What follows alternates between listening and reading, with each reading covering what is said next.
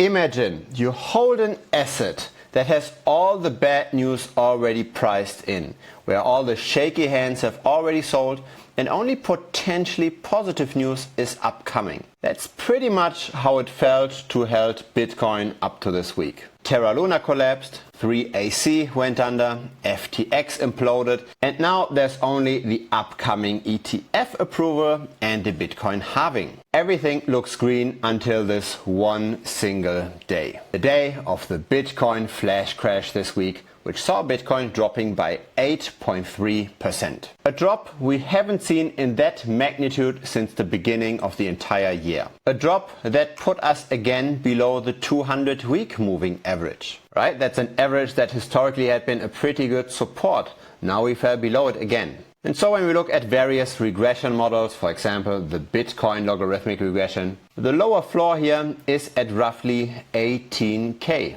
And we are not yet below the realized price. So the market in aggregate is still in profit. When we look at all the wallets, when we check at what particular price did Bitcoin move in the last time for that wallet, and we average this all out, then on average people are still in profit. The realized price right now is at 20,300 roughly, and the actual price is at 26K. So if all the Bitcoin were to move tomorrow, people would be locking in a profit of roughly 30%. So even though this might have felt like a lot of pain, we are not at extreme levels. This, for example, here is the realized HODL ratio. So this looks at how much speculation is there in the last week relative to the last 1 to 2 years.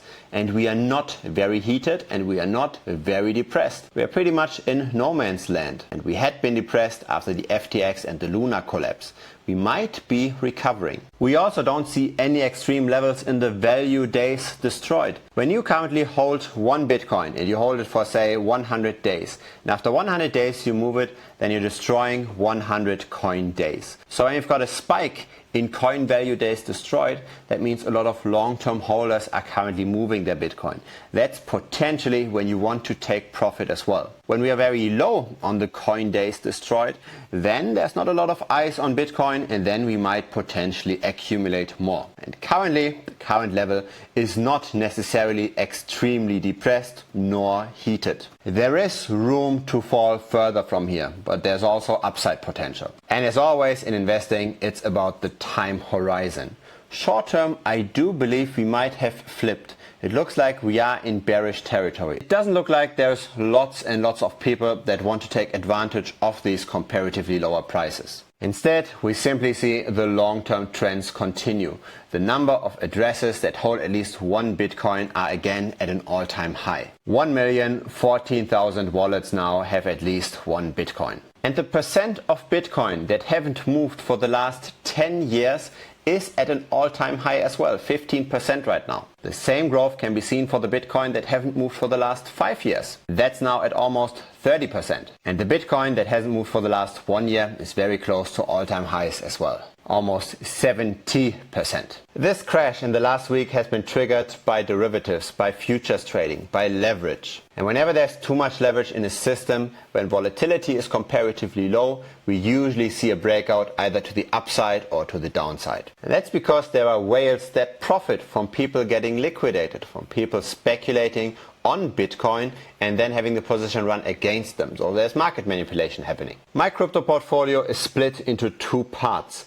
One part where I simply just dollar cost average into Bitcoin every month and where I simply just hold for many years. I don't touch this. I only sell this once Bitcoin is really hyped in the macro cycles. And I continue buying these dips with that part of the portfolio. The other part is more risk on and I try to generate alpha with that additional risk. I try to outperform just buying and holding. And with that part, I ride these shorter term waves, and with that part, I'm betting on falling prices, especially with altcoins. Because that's again what we've seen in this crash. It wasn't necessarily Bitcoin that went down the most, it was the weak altcoins that get sold off the most. So really in a situation like this, that's not too extreme on either side.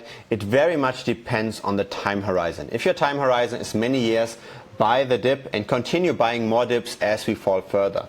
If your time horizon is shorter, simply just sell. maybe bet on falling prices, maybe not necessarily on Bitcoin, because Bitcoin is still one of the safest and one of the strongest crypto assets, but there are other cryptos that are weak, especially during bear markets. And when prices tend to fall in the next weeks, and that's I think what's going to happen, then that's where the alpha, in my opinion, is. It's not in finding this one altcoin that might outperform everything. It's simply on betting that the overall altcoin market underperforms relative to fiat, but also relative to Bitcoin. Feel free to join us in Telegram. I hang around there regularly. We discuss potential short opportunities there as well. So potential opportunities to make money from altcoins doing worse. See you there.